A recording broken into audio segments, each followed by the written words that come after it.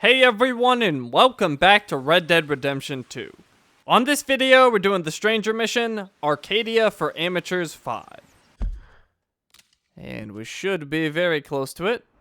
Oh, actually we got moved quite a bit to the south. That's fine though. We'll drop our waypoint there, and it looks like Hank is back. That's good. Hello, Hank. Good to see you. Okay, girl. Oh, I'm at the Horseshoe Overlook, I believe it was called. One of the first camps. Yep. Okay, well, just in case, let's get that varmint rifle ready. Might want some of this stuff, like this rabbit. Right there. There we go.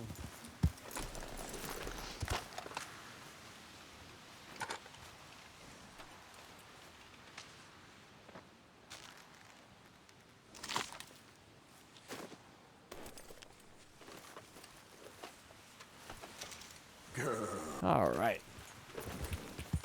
Yeah. If I see another, I'll grab it. Otherwise, we're heading to our mission.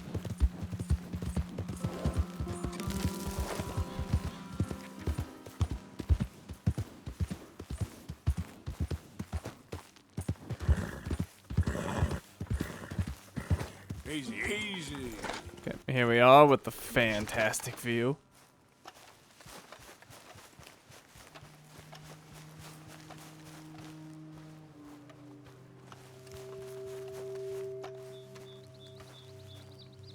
Glorious.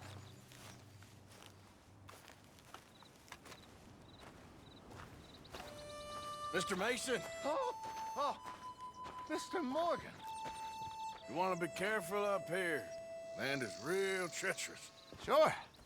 Real treacherous. I've been here before. Have you? Yes. Funny how things turn out. Never quite how you expect, is it? No, I don't suppose it is. What you shooting? Eagles. You know, the images, they really are beautiful. All thanks to you. I'd be some poor creature's bad meal by now, many times over, but for you. It's my pleasure. Please, step away from the cliff edge. I'm trying to get an eagle. There. Yeah, they're beautiful. But unlike you, they can fly. Too true. You really must think I'm a buffoon, don't you? You think I'm such a dimwit I'd just slip off the edge of a cliff? No, but, well, maybe a little. Please, sir. I'm dense, but not that dense. This area is quite safe. Quite. Oh! Ah! Damn!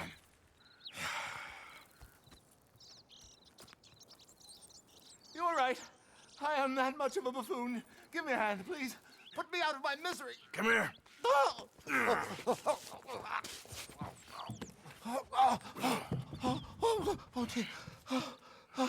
Oh, thank you. You know what? Bugger the eagles, I'm going home. You know, I really did get some amazing pictures, thanks to you. And somehow, I haven't quite broken my neck. You take care. And you too, sir. Sorry for all the trouble.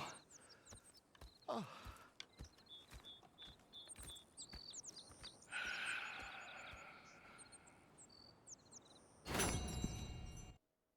All right, and that is the end of our mission. And perhaps our last interaction with Albert. I'm not sure, but I think he's given up. Good luck, sir. Although, as we both know, I'm the one who needs it. The photographs. What are you gonna do with them? Find somewhere to exhibit them, I guess. I should hope you'll come and view them. Sure will. If I can. All right, well, we will have to go check those out at some point. Oh, and Hank could probably use a little bit of core regeneration, let's call it. Eat that apple. Did that even affect him? If it did, it's not showing. Alright, anyways, we're pretty much done in this area. Let's head back to Saint Denis. And maybe, just maybe, we can buy some newspapers.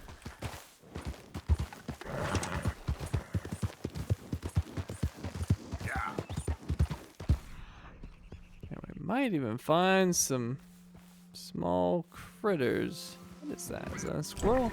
Chipmunk? What are you? You're a chipmunk. Do I need a chipmunk? Not really.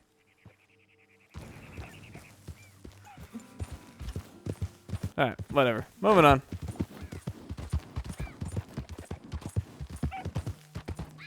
What do we have there? Fox, 1 star. I do not care.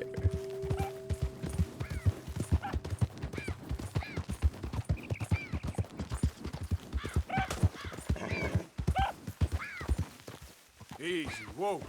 Is nobody gonna pick up this poor guy's leg? Or, you know, his body if it's still over here? Slow up now. I guess not. No cleanup crew.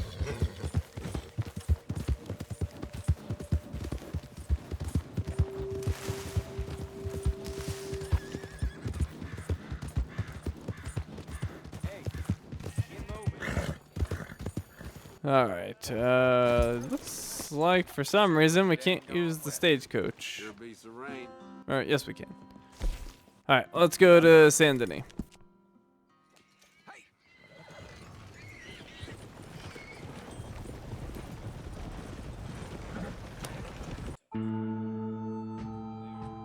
Easy.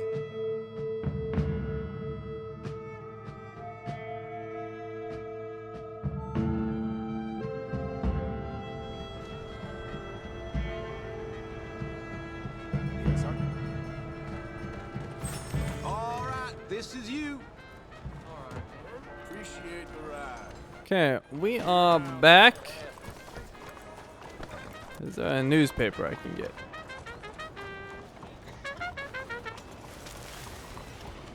Hey, look at that.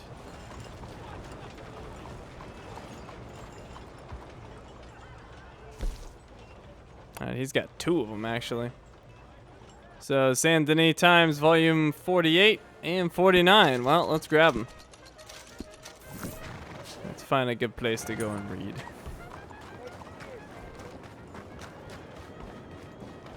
Maybe just over here in this little park. Hank. Stay there. Stay, girl. Alright. So, open up the satchel. And Saint Denis Times, number 48. Shootout at trolley station. Dozens dead. Thieves escape on trolley. Flee on police wagon. Crime wave continues. Thieves, in the midst of robbing the Saint Denis trolley station, were surprised by police and a vicious gun battle ensued across large tracts of the city. Shots rang out for a considerable period and residents fled the area. Their options limited by the bravery of our police officers, the robbers managed to hijack a trolley and head out onto the streets of Saint Denis, striking fear into streetgoers and shattering windows and personal property as they exchanged gunfire with the law. The trolley eventually crashed in a grand spectacle, but the culprits shot their way through a garrison of law enforcement and fled on a police wagon. The horror that was unleashed stretched throughout the city, with citizens aghast at the trail of destruction and worrying for the health and safety of their families. A special meeting of the town council has been called, and officials will seek a remedy to what is being called a wave of crime in what is normally a relatively peaceful city. The new fashionable gaiety. Garden parties and readings of Evelyn Miller. American high society thrives on spectacle, and there is no bigger trend in the dinner dances, musicals, and garden parties attended by the elites of the era than that of the writings of Evelyn Miller. His musings on nature, simplicity, and the rights of savages are all the topics of conversation over a luncheon or mild tea. His ideas seem to penetrate the aristocratic cranium in such a way that readers can speak of little else. In some circles, they seem to prefer that the thoughts of Mr. Miller become social law. Indeed, Mr. Miller spends plenty of time in the social strata, where he is a topic of conversation. He is often seen at a garden party and was present at the famed Mayor's Ball in Saint Denis this year, while visiting the region on a sabbatical from his teaching job in New Haven, Connecticut. While it is surely a delightful social life discussing philosophy while watching regattas or in mansions with fashionable people, It is this newspaper's opinion that at the heart of Mr. Miller's writings is a basic disdain for others, who due to social position have not achieved his level of enlightenment. He, like others of his kind, is a dandy and fraud, masquerading as a man of nature and the arts. We as a people can be better than to worship this false idol. The Indian Trouble. Wapiti quarrel with U.S. agents. Indian discontent has taken many forms, and many say it is poised to boil over once more. The ungrateful Indian can wax poetic about a time when all land was his, and grumble about his limited quarters confined to reservations all he wants, but the facts are the facts. The United States of America has been particularly generous to the red man, and yet they repeatedly claim mistreatment. However, there is nothing preventing any citizen of the United States from leaving, and so too should the red man consider leaving for Europe, or Canada, or more likely Mexico, which does not impose tax or laws on times of season in which one can hunt game. Currently, most full-blooded Indians are quite content to accept the very generous allowance given by the U.S. government. Yet there are still some tribes who prefer conflict as their warring nature cannot leave their system. Take, for instance, in our region, the Wapiti Reservation in the Grizzlies, where tensions with the Army regiments stationed at nearby Fort Wallace are growing, and some fear an all-out return to the bloody days of the Indian Wars. Colonel Henry Favors, officer in command of the local regiment, has sent a dispatch to Washington warning of a possible return to armed hostilities, as the Indians have failed to abide by treaties that we signed in good faith. Indians claim that the Army is withholding supplies and medicine, and that sickness is rife, all of which are falsehoods meant to further hostilities. We will stay with this story as events unfold. Guarma Island Sugar Boom. Fusar called friend of the U.S. Cuban imports on the rise. Rail baron and industrial titan Leviticus Cornwall stood next to a ship unloading Cuban sugar from the island of Guarma and hailed a new era of cooperation between the two countries. After making 2 trips to the region to tour sugar plantations and signing an exclusive purchase order with the governor of Guarma, imports are on the rise. Cornwall had called local governor Alberto Fusar a great friend of America. However, the boom is undercutting the U.S. sugar industry and resulting in the loss of American jobs. Detractors call Fusar a controversial figure who is flamboyant at times and cruel at others, and has Guarma under a quasi-military rule. His security force is reportedly feared across the island, with plantation workers often working 14-hour shifts to keep up. Gang hideout discovered at Clemens Point, believed to be Vanderland gang, was deserted only days before. Law agents and others on the trail of the Vanderland gang say they have discovered the remains of a camp that no doubt served as their base of operations as the gang robbed, terrorized, and killed citizens across the Scarlet Meadows area recently. The rather large area was well organized and based on the footprint of the operation. It appears that more people are involved in the thieving organization than officials pursuing the gang originally thought. The Vanderland gang is wanted for a string of robberies and murders, most notably the Blackwater boat heist where close to $150,000 was stolen. Ranchers in the area report missing livestock, and one man, Thaddeus Rivington, reported to police that his teenage daughter has disappeared and joined the gang, which he says serves as the only explanation as to why she wouldn't want to finish the process of discernment and joining a local convent. Mayor's Gala was grand. Wealthy attend annual soiree. The annual High Society Gala thrown by Saint Denis Mayor Henry Lemieux at his mansion this year went late into the night with champagne flowing, a string quartet serenading guests, and fireworks filling the night skies. The eclectic roster of high-profile guests included the industrialist Archibald Jameson, war hero Major Hobart Crawley, the banker Gilbert Knightley, and proprietor of the Saint Denis Times-Tribune Hector Fellows. Also, somewhat controversially, in attendance was Angela Bronte, a generous benefactor to the city of Saint Denis, but also believed to have ties to unsavory business interests. Bombardment of the stars. Magnificent shower of meteors. There was great disappointment felt last year when the predicted meteoric shower did not appear. Astronomers the world over wondered if the shower had been given up as lost or merely delayed a year. However, amateur astronomers have been sending in dispatches regarding sightings of meteor showers near Roanoke Ridge in New Hanover after a large meteor hit there. These space particles intersect with the Earth, combusting into brilliant showers of light, and are thought to be residual debris from the system that produced the massive meteor that recently fell and created a sizable crater in the area. Some have flocked to the crater claiming that the space debris has healing powers, while others claim this to be unsubstantiated and ludicrous conjecture. Chicago Negroes hold anti-lynching service. Protest against lynching of popular reverend in Georgia. The body of Reverend Benson Floyd, the man who was implicated in the Chandler murder, was found hanging from a branch on a persimmon tree in a small hamlet in Georgia. Despite many protests of his innocence by his employer and white members of the community, a mob convicted him by a roadside here and strung him up to hang after mutilating the body. Floyd had been implicated by another Negro, Otto Luther, who was hanged in the Chandler murder and in a final confession said it was the preacher who had paid him to murder Chandler. Many believe this story to be a falsehood as Luther resented Reverend Floyd's chastising him for his sinful ways.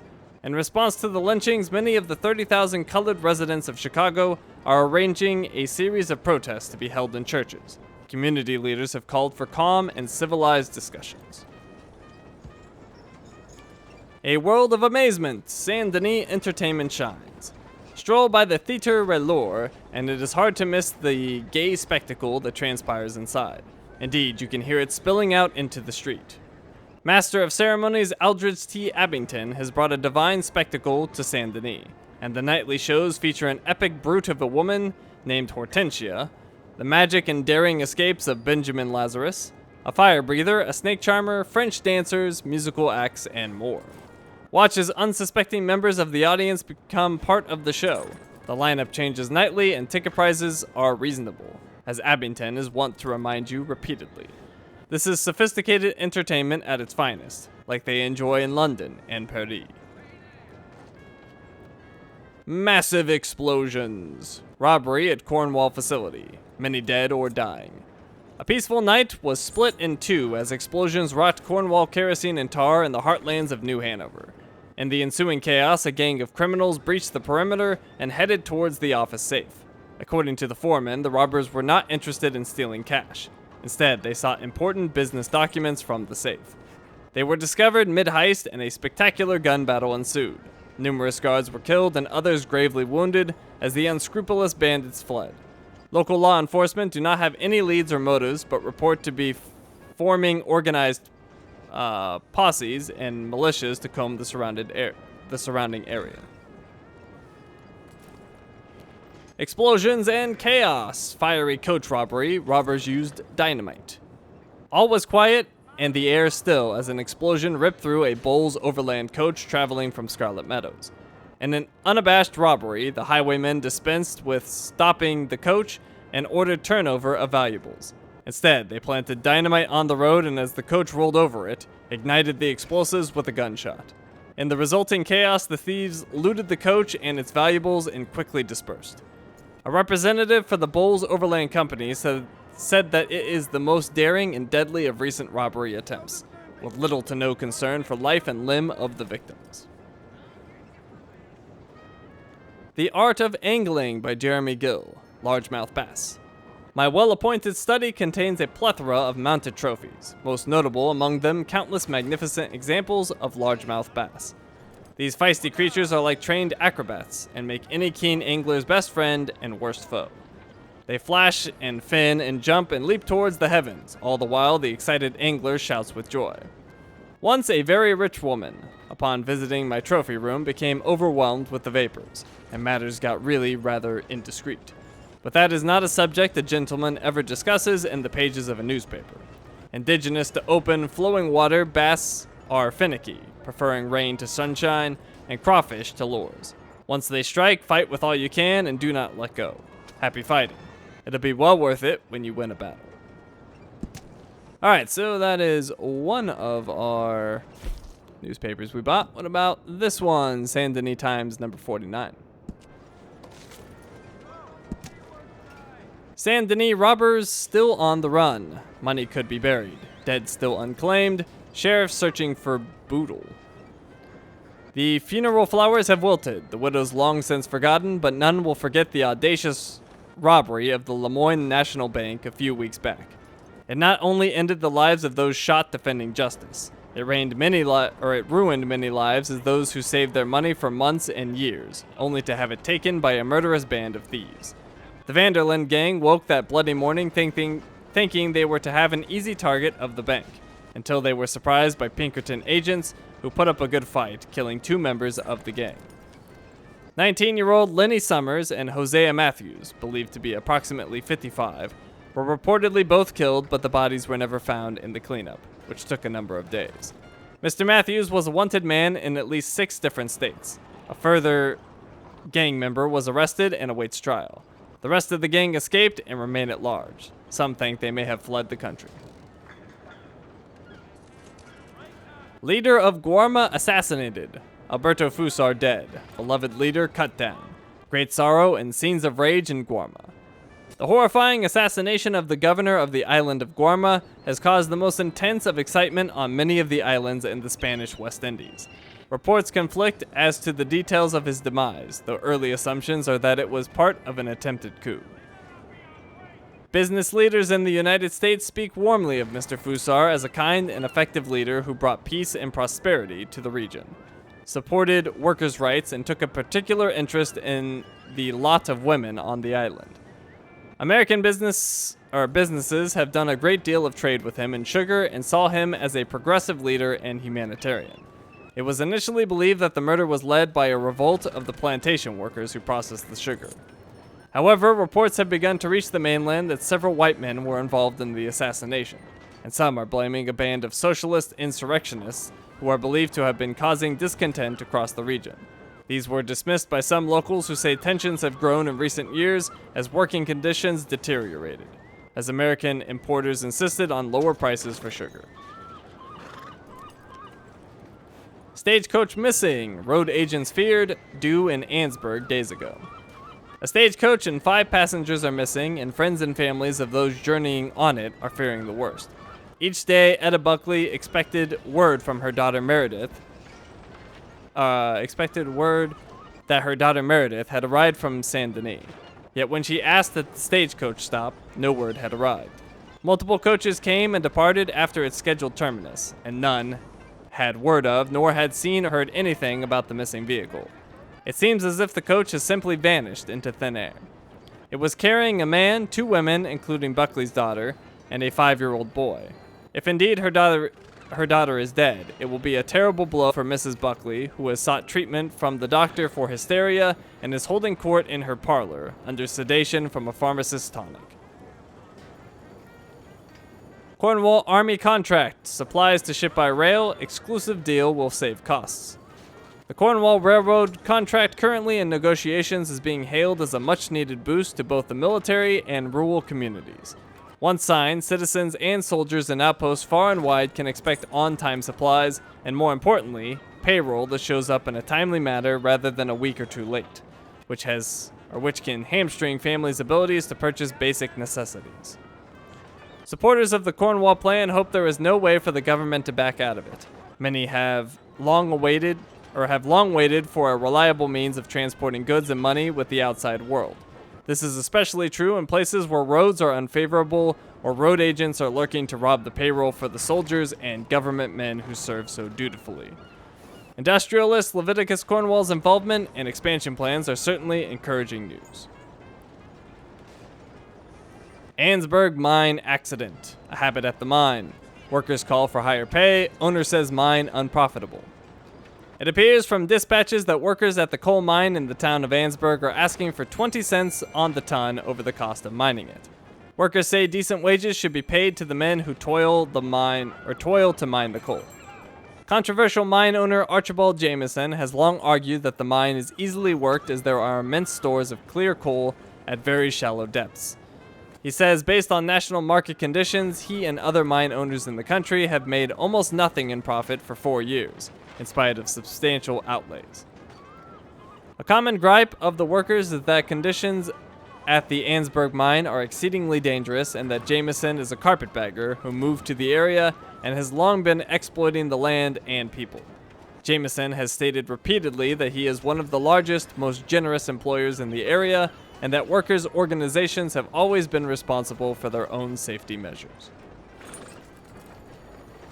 Warnings of Roanoke Ridge. Travelers said to disappear, especially women and children. Reclusive cave dwellers suspected. Travelers in the wild country west of Ansberg are nervous. Recently, some have been warned to avoid the area entirely. Authorities are still seeking information in the disappearance of Agnes Hinshaw and her 2 sons last month. Their wagon was found looted and there was evidence of a struggle. Rumors persist that Roanoke Ridge has been taken over by criminals who live in caves like primitive peoples, only emerging to rob and kidnap travelers. Those that have escaped their clutches say they have seen evidence and examples of cannibalism, and that the Murphy brood, as they are called, are said to subsist on huckleberries and the flesh of young women and children. Others say these are the fantasies and fairy tales of people too often consumed with pulp novels, and that the criminal element in the area are like any other ne'er-do-wells. I always hated that. Ne'er-do-wells. I'm sure I'm saying that wrong. Regardless, locals will not travel to the cave regions any longer, and commerce has suffered as a result. The sad story of Otis Miller Jr., son of famous outlaw finally set free. Around many a family piano and campfire, they sing the famous song. Otis Miller was a lad that killed many a man. He robbed the Lanahatchee train, but that cowardly killer that shot Mr. Miller has laid old Otis in his grave. Otis Miller Jr. was only 6 years old at the time his outlaw father was killed by a fellow outlaw. He then grew up to find himself arrested last year for the holdup and dynamiting of a Pacific Union train. At the time of his arrest, he was walking on a cigar stand in the corridors of the courthouse where he would be tried. After a train carriage was dynamited, a suspect wrote a full confession implicating Miller Jr. as the leader of the gang, firmly believing that the officials would no doubt assume the son had taken after his father. However, after several months in prison, it was found that the confession was fabricated and Mr. Miller was set free. The elder Miller was once the most famous bandit in the world, having in 1866 performed the first holdup and robbery of a train. My cows strayed. From my home not 2 weeks ago, 3 cows, one a black cow with horn sawed and tag in one ear. The other 2 both tan and white spots. All 3 are very good milkers and ran off during an electrical storm. Information as to the whereabouts will be graciously received and a very generous and thoughtful reward tendered. T.K. Lingingham. The Art of Angling by Jeremy Gill, Longnose Gar. One recent evening, while lining the larder with an impressive catch of longnose gar, caught in Lemoyne, I noted that my bounty had astonished the neighbor and indeed his wife, who looked on with envy and a sense of remorse at what could have been. Her dolored husband is subjugated to smashing rocks at a quarry or some other life of remorseless toil in a factory or office, while I, the man she insanely rejected, am an international celebrity and world-leading expert in his field. For most intelligent women, fishing is indeed the greatest aphrodisiac. While fishing in South America, entire villages were known to throw themselves at me, man, woman, and beast, which, believe me, could create remarkable confusions and contortions. I had traveled there to catch gar, a fantastic creature that responds well to lures and likes overcast conditions. Try your luck, you might catch a wife. Alright, and that is all of the articles currently available that I'm aware of. Let's get a little closer to our next mission, and then we will wrap this up. So we'll go right there, I guess.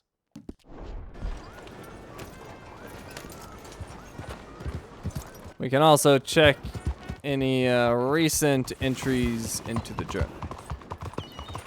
Hey! He might have written about Albert Mason. Slow the hell down! Are you slow?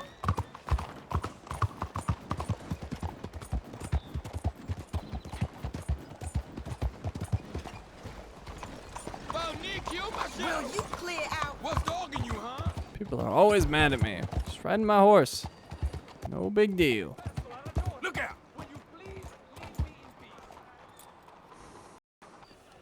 So I accidentally ended up getting a little too close, and the next mission was starting on me, and I did not want to start it yet.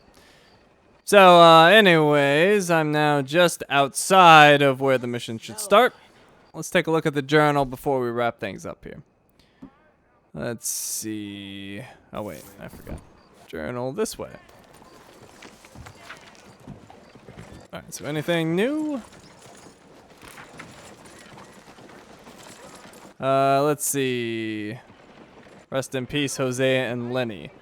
My lord, what a goddamn mess. Everything. The bank job we planned so hard was a goddamn setup.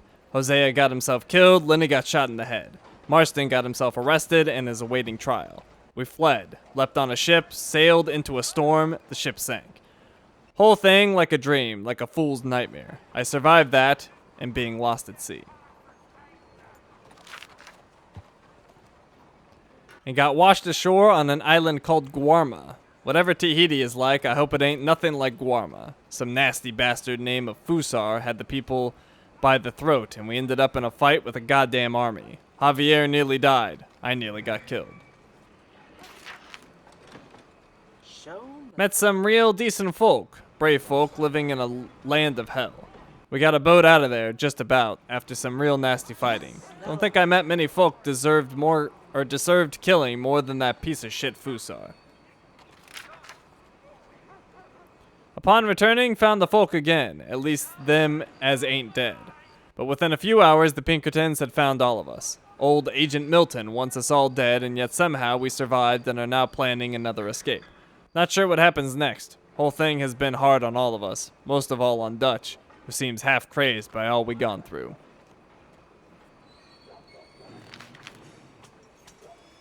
Saw Albert again. Bored of fighting animals, he tried to fight gravity. Again, he somehow survived. I hope he will now retire from a life even more idiotic and dangerous than mine. Alright, and we are all caught up on the journal, so we're done here. Thank you for watching, and I will see you next time.